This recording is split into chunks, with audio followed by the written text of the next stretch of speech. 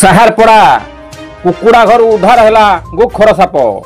केन्दुझर जिला साहारपड़ा section राइडिया beat अंतर्गत कोटुपड़ा grammar कुशदेव महांत कुकुड़ा घर भितर एक गोखर साप खाद्य अन्वेषण पशि आसाला। कुशदेव बाड़ीपटे थिबा कुकुड़ा घर भितर कुकुड़ा अंडा देखिया जिबा समय हठात गोखर साप कुकुड़ा अंडा खाऊथिबा देखिया पाइथिले। संगे संगे पाटना वन विभाग को खबर देथिले। खबर पाई पाटना वन विभाग कर्मचारी एमडी वासिंग एवं त्रिलोचन महांत पहुंची कुकुड़ा घर कोठरू विषाक्त गोखर सापटी को उद्धार कर सियाड़ीजुड़ा जंगल छाड़ी सूचना मिली। गोविंद राउत का रिपोर्ट, केडी न्यूज ओडिया।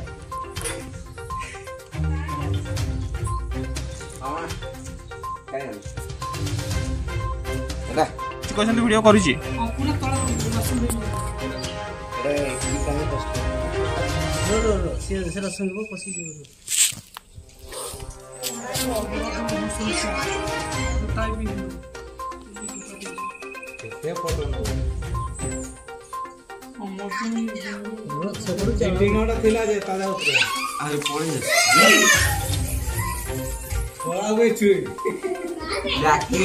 छुए